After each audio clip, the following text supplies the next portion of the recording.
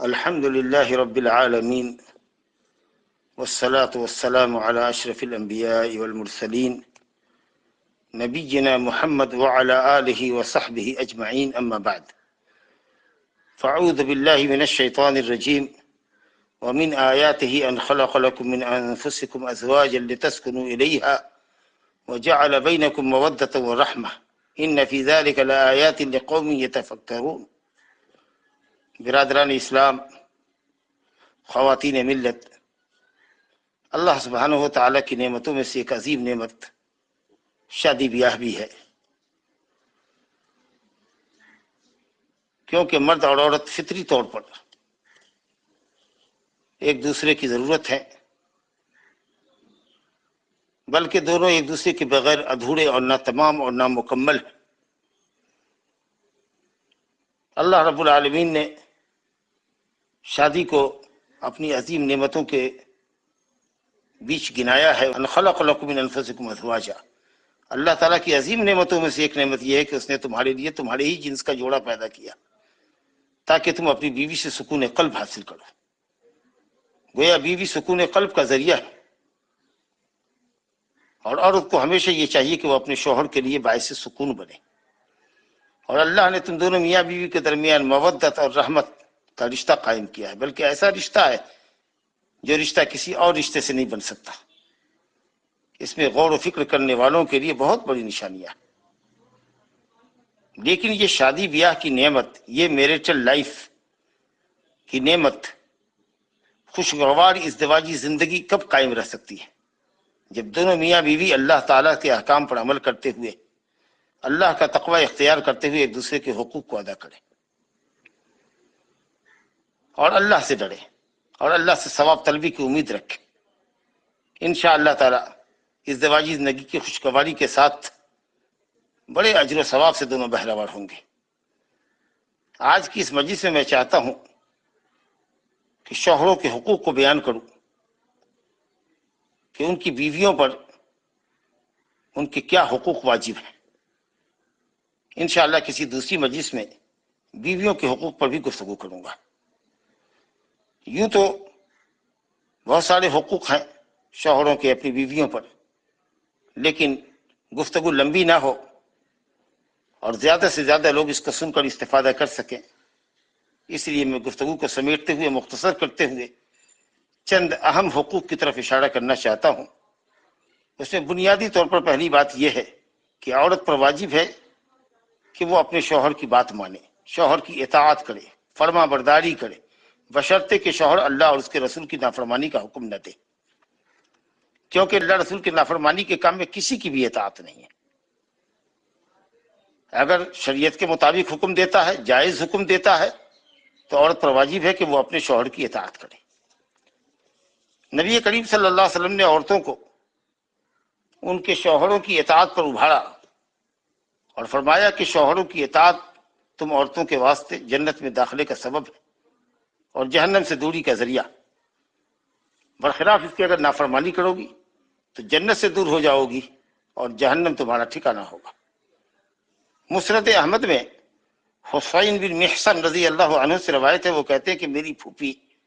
نبی کریم صلی اللہ علیہ وسلم کی خدمت میں آئی کسی ضرورت سے، جب ضرورت پوری کر لی، پوری ہو گئی ان کی ضرورت، چلنے لگی تو نبی صلی اللہ علیہ وسلم نے پوچھا کہ کیا تم شوہر والی ہو؟ انہوں نے کہا ہاں۔ کہا تم اپنے شوہر کا حق ادا کرتی ہو؟ کہا ہاں یا رسول اللہ، کوئی کسر نہیں اٹھا رکھتی، مگر یہ کہ میں عاجز ہو جاؤں، کوئی ایسا کام ہو جس کو میں نہ کرنے پر قادر ہوں تو اور بات ہے، ورنہ میں کوشش کرتی ہوں کہ ان کی ہر خدمت انجام دوں اور ان کی ہر بات مانوں، کوئی کسر نہیں اٹھا رکھتی۔ آپ نے کہا اور خیال رہے کیونکہ وہی تمہاری جنت ہے اور تمہارا شوہر ہی تمہاری دوزخ ہے، یعنی اس کو خوش کرو گی تو جنت میں جاؤ گی اور نہ خوش کرو گی تو جہنم میں جاؤ گی۔ ایک دوسری حدیث اسی مفہوم کی ہے، حضرت ابو ہریرہ رضی اللہ عنہ سے روایت ہے، کہتے ہیں کہ رسول اللہ صلی اللہ علیہ وسلم نے فرمایا اذا صلت المرأة خمسها وحصنت فرجها واطاعت بعلها دخلت من ای ابواب الجنة الثمانیة شاءت۔ عورت اگر 5 وقت کی نماز پڑھتی ہے، اپنی شرمگاہ کی حفاظت کرتی ہے، اپنی عزت و ناموس کی حفاظت کرتی ہے، اپنے شوہر کی اطاعت کرتی ہے، تو وہ جنت کی جس دروازے سے چاہے داخل ہو جائے۔ اس حدیث کو ابن حبان نے اپنی صحیح میں روایت کیا۔ ازواج مطہرات کی زندگی میں ہماری عورتوں کے لیے بہترین نمونہ ہے۔ امت کی سب سے بہتر خواتین صحابیات رضی اللہ عنہن، حضرت اسماء بنت ابی بکر صدیق رضی اللہ عنہا حضرت زبیر کی زوجیت میں تھی۔ وہ ان کے گھر کا کام کاج تو کرتی ہی تھی، گھوڑوں کے لیے چارہ مہیا کرنا، گھوڑے کو کھول کر کے چال سکھانا، اور اسی طریقہ سے ان کے کھیت سے، ان کے کھجور کے باغ سے گٹھلیوں کو چن کر لانا، تقریباً 2 میل سے لانا، اور اونٹوں کے لیے چارہ تیار کرنا، یہ ان کی ذمہ داری تھی۔ بعد میں نبی صلی اللہ علیہ وسلم نے ایک خادم بھیج دیا تو الحمدللہ وہ گھوڑے کے امور کی ذمہ داری دیکھتا تھا، اور اس طریقہ سے حضرت اسماء کو گھوڑے کی خدمت سے چھٹکارا ملا۔ سیدۃ نساء اہل جنہ، جنت کی عورتوں کی سردار فاطمہ زہرا رضی اللہ عنہا چکی پیس پیس کر پریشان تھی، ان کے ہاتھ میں گٹھے پڑ گئے تھے، اور مٹکے میں مشکیزے میں پانی ڈھو ڈھو کر کمر پہ گٹھے پڑ گئے تھے۔ آئی نبی صلی اللہ علیہ وسلم کی خدمت میں ایک غلام یا ایک ملازمہ مانگنے کے لیے، ایک لونڈی مانگنے کے لیے۔ اتفاق سے نبی صلی اللہ علیہ وسلم گھر میں تشریف فرما نہیں تھے، حضرت عائشہ کو اپنی ضرورت کہہ کر کے آئے گئی رضی اللہ عنہما۔ جب نبی صلی اللہ علیہ وسلم کو معلوم ہوا، آپ اپنی بیٹی کے گھر تشریف لے گئے۔ حضرت فاطمہ اور حضرت علی رضی اللہ عنہما بستر پر لیٹے ہوئے تھے، چاہا دونوں کے اٹھ کے بیٹھ جائیں، آپ نے کہا نہیں، جیسے ہو ویسے ہی رہو، اور ان دونوں کے درمیان آپ بیٹھ گئے، جگہ اسپیس تھی، بیٹھ گئے، اور آپ نے کہا کہ کیا میں تمہیں ایسی بات نہ سکھاؤں جو تمہارے لیے خادم سے بہتر ہو؟ جب تم دونوں بستر پر آؤ، اذا اخذتما مضجعکما، جب تم دونوں بستر پر آؤ تو تم دونوں 33 مرتبہ سبحان اللہ، 33 مرتبہ الحمدللہ، اور 34 مرتبہ اللہ اکبر کہہ لیا کرو، یہ تمہارے لیے خادم سے بہتر ہے۔ صحیح بخاری۔ معلوم یہ ہوا کہ عورتوں کی ذمہ داری امور خانہ داری کی بجاوری، شوہر کی خدمت، اندر باہر کی خدمت واجب ہے۔ کچھ لوگ یہ سمجھتے ہیں کہ عورتوں پر مرد کی کوئی خدمت واجب نہیں ہے، حتیٰ کہ کھانے پکانے تک کی ذمہ داری نہیں، چولہے چوکے تک کی ذمہ داری نہیں، اور یہ حضرت فاطمہ اور حضرت اسماء جو کر دیا کرتی تھی، وہ احسان کرتی تھی اپنے شوہر پر، نعوذ باللہ، ایسا ہرگز نہیں۔ فاطمہ خدمت کی شکایت کرنے آ رہی ہیں اپنے ابا حضور کے پاس، کبھی انہوں نے علی سے یہ نہیں کہا کہ میرے اوپر خدمت واجب نہیں۔ آپ اپنے گھر کو آپ دیکھ لیجئے، خادمہ رکھ کے کھانا بنوا لیجئے، کپڑے دھلوا لیجئے، جھاڑو پوچھا کروا لیجئے، میں نہیں کرتی، ایسا کچھ نہیں کہا انہوں نے۔ اس لیے عرف اور عادت کے مطابق ہمارے معاشرے میں ہمیشہ ہی عورتیں گھر کا کام کاج کرتی ہیں، مرد کے لیے کھانا بناتی ہیں، ان کے کپڑے دھلتی ہیں، ان کے پاؤں دباتی ہیں، اور ان کو خوش کرنے میں ہی ان کی اپنی خوشی ہوتی ہے۔ الحمدللہ یہ فکر جو آئی ہے کہ عورتوں پر کوئی خدمت نہیں ہے، وہ صرف بستر کی زینت ہے، یہ ایک اجنبی فکر ہے جو اسلام میں جائز نہیں ہے، اور نہ اسی اسلام اس کا قائل ہے۔ دوسرا واجب جو ایک عورت کے اوپر اس کے شوہر کے لیے ہی ہے، وہ یہ کہ جب شوہر گھر میں آئے تو وہ اپنی بیوی کو دیکھ کر خوش ہو جائے۔ ماشاءاللہ ظاہری حسن و جمال کے ساتھ اس کا اخلاق بھی اتنا اچھا ہو، خندہ پیشانی سے اپنے شوہر کا استقبال کرتی ہو کہ شوہر دیکھ کے خوش ہو جائے، یا عبادت الہی میں مشغول ہو، نماز پڑھ رہی ہو، تلاوت کر رہی ہو، ذکر و اذکار کر رہی ہو، بچوں کو کچھ پڑھا لکھا رہی ہو، تربیت دے رہی ہو، اس منظر کو جو شوہر دیکھے گا باہر سے آنے والا، کتنا خوش ہوگا۔ تو فرمایا کہ جب شوہر دیکھے تو عورت خوش کر دے، اور جب اس کو حکم کرے کسی بات کا تو شوہر کی اطاعت کرے، اور جب شوہر گھر سے غائب ہو تو اپنی عزت کی اور شوہر کے کمائے ہوئے مال کی جو اس کے پاس ہے یا گھر کی الماری میں سیف میں ہے اس کی حفاظت کرے، اور اپنے شوہر کی کے ساتھ ساتھ اپنے اولاد کی بھی بہترین تربیت کرے۔ رسول گرامی صلی اللہ علیہ وسلم سے پوچھا گیا، سنن نسائی کی روایت ہے، حضرت ابو ہریرہ رضی اللہ عنہ راوی ہیں، کہ نبی صلی اللہ علیہ وسلم سے پوچھا گیا کہ یا رسول اللہ سب سے بہتر بیوی کون ہے؟ کہا وہ جو اپنے شوہر کو جب دیکھے اس کو تو خوش کر دے، اور جب حکم کرے تو اطاعت کرے، اور اپنے نفس میں اور شوہر کے مال میں کسی طرح کی خیانت نہ کرے، ایسا کوئی کام نہ کرے جو شوہر کو پسند نہ ہو۔ یہ ایک اچھی بیوی کی پہچان نبی کریم صلی اللہ علیہ وسلم نے فرمائی ہے۔ اسی طریقے سے عورتوں پر واجب ہے کہ جب شوہر اپنی جنسی رغبت کے لیے اور فطری خواہش کے لیے اپنی بیوی کو بستر پر بلائے تو وہ آناکانی نہ کرے، اور شوہر کی اس فطری حاجت کی تکمیل کرے، کیونکہ یہی تو اصل نکاح کا مقصد ہے، اور شوہر کو برائی میں پڑنے سے بچانے کا سب سے بڑا ذریعہ ہے۔ اس لیے شادی کے مقاصد کو نبی صلی اللہ علیہ وسلم نے بیان کرتے ہوئے فرمایا یا معاشر الشباب من استطاع منکم الباءۃ فلیتزوج، اے نوجوانوں تمہیں کا جو شادی کی طاقت رکھے وہ شادی کر لے، کیونکہ شادی نگاہوں کو پست رکھنے اور شرمگاہوں کو محفوظ رکھنے کا سب سے بڑا ذریعہ ہے۔ اس لیے عورت کو چاہیے اگر کوئی شرعی عذر نہ ہو تو لازم ہے کہ وہ شوہر کی حاجت پر لبیک کہے۔ غالباً مسلم شریف کی حدیث ہے، نبی کریم صلی اللہ علیہ وسلم نے فرمایا، جابر رضی اللہ عنہ سے روایت ہے کہ جب تم میں کا کوئی گھر سے باہر ہو، کسی اجنبی عورت پر نظر پڑے اور وہ اس کو پسند آ جائے اور اس کے تئیں اس کے دل میں پیار اور محبت کے جذبات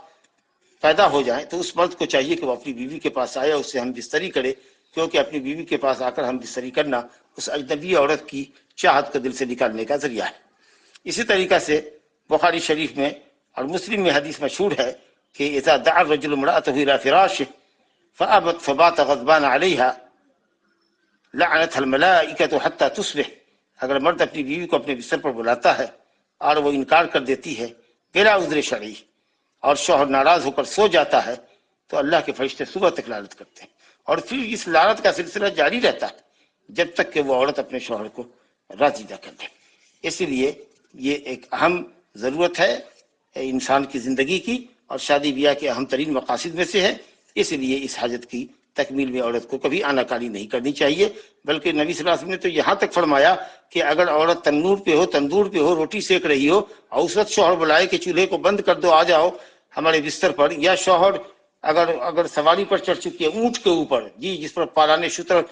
لادا جاتا ہے اور اس پر وہ سوار ہو چکی ہے، اونٹ کھڑا کر دیا جا چکا ہے اور اونٹ اب چلنے کو تیار ہے، اور اس وقت شوہر کہے کہ بھائی اونٹ کو بیٹھاؤ اور بیوی سے کہے کہ آؤ گھر میں ہماری تم سے ضرورت ہے، تو نبی صلی اللہ علیہ وسلم نے فرمایا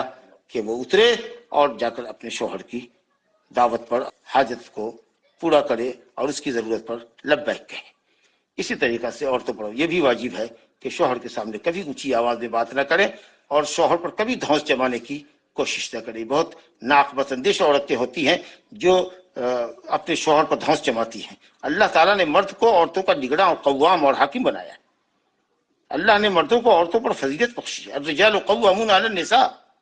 لہذا ماتحت ہو کر کے حاکم کے اوپر، اپنے گارجین پر، اپنے شوہر پر وہ دھونس جمائے، اس سے بدنصیبی اور اس سے بدقسمتی کی بات اور کیا ہو سکتی ہے؟ اس لیے تواضع اور خاکساری کے ساتھ رہے اور بڑے لطف کے ساتھ، بڑی نرمی کے ساتھ، بڑی محبت اور شفقت کے ساتھ اپنے شوہر سے مخاطب ہو۔ اسی طریقہ سے عورتوں پر واجب ہے کہ وہ اپنے شوہر کے احسانات کی ناشکری نہ کریں۔ یہ ایک خاص بات ہے جو نبی صلی اللہ علیہ وسلم نے خطبے میں فرمائی ہے۔ عید الاضحیٰ یا عید الفطر کے خطبے میں آپ نے مجمع عام میں عورتوں کو خطاب کرتے ہوئے فرمایا کہ اے عورتوں کی جماعت صدقہ کرو کیونکہ میں نے تمہاری اکثریت کو جہنم میں دیکھا ہے۔ ایک عورت نے پوچھا رسول اللہ کیوں؟ کہا اس لیے کہ تم لان تان بہت کرتی ہو اور شوہر کے ساتھ کفر کرتی ہو۔ کہا کفر سے کیا مطلب؟ کیا کفر باللہ کا نہیں، کفر باللہ نہیں، شوہر کے ساتھ ناشکری کرنا، شوہر کے احسانات کا انکار کر دینا۔ ایک آدمی پوری زندگی احسان کرے، ہر ضرورت اس کی پوری کرتا ہے، ہر مطالبے پوری کرتا ہے، لیکن اگر کبھی کسی چیز میں تکمیل میں اگر تاخیر ہوئی، کوئی حاجت وہ پوری نہ کر سکا، کوئی مطالبہ پورا نہیں کر سکا، تو وہ جھٹ سے یہ کہہ دیتی ہے ما رأیت منک خیرا قط، میں نے کبھی تم سے کوئی بھلائی نہیں دیکھی۔ انا للہ و انا الیہ راجعون۔ اب غور کریں ہماری خواتین کہ اس احسان فراموشی کو حدیث میں کفر سے تعبیر کیا گیا ہے۔ اس لیے بہنیں اللہ سے ڈریں، شوہر کی ناشکری نہ کریں، شوہر کو اپنے قول اور عمل سے ایذا نہ پہنچائیں، شوہر کے سامنے بد دماغی نہ کریں، ان سے پیچھ نہ پھیریں، نرمی اور پیار سے گفتگو کریں۔ اگر وہ وحشت زدہ ہو تو اس کی وحشت کو دور کریں، اس کے دل کو خوش کریں۔ اگر وہ کہیں سے باہر آیا ہے، مصیبت زدہ ہے، بلبلایا ہوا ہے، پریشان ہے، کسی مصیبت میں ہے، تو اس کی ڈھارس بندھائیں۔ ام المومنین حضرت خدیجہ رضی اللہ عنہا، ہم سب کی ماں، ان کی زندگی میں کتنا اچھا نمونہ ہے ہماری خواتین کے لیے کہ نبی کریم صلی اللہ علیہ وسلم جب غار حرا سے آئے کانپتے ڈرتے ہوئے دہشت زدہ، اور کہا اڑاؤ مجھ کو چادر کمبل اڑاؤ، مجھے میری جان کا خوف ہو رہا ہے، تو ماں خدیجہ الکبریٰ نے کیا کہا، کس طریقے سے ڈھارس بندھائی؟ کہا کلا واللہ، ہرگز نہیں، قسم اللہ کہ اللہ آپ کو کبھی رسوا نہیں کرے گا۔ آپ کی خوبیوں کو انہوں نے گرایا کہ آپ صلہ رحمی کرتے ہیں، آپ لوگوں کے بوجھ اٹھاتے ہیں، آپ اپنی کمائی دوسروں کو دے دیتے ہیں، آپ مہمانوں کو مہمان نوازی کرتے ہیں، آپ حق کے کاموں پر مدد کرتے ہیں، اور پھر وہ ورقہ بن نوفل کے پاس اپنے چچا زاد بھائی کے پاس لے گئی، اور تب جا کر کے نبی صلی اللہ علیہ وسلم کو پورا سکون ملا۔ میں اللہ سے دعا کرتا ہوں کہ اللہ تعالی ہماری خواتین کو اچھی توفیق عطا فرمائے۔ وباللہ التوفیق، صلی اللہ علیہ نبینا محمد۔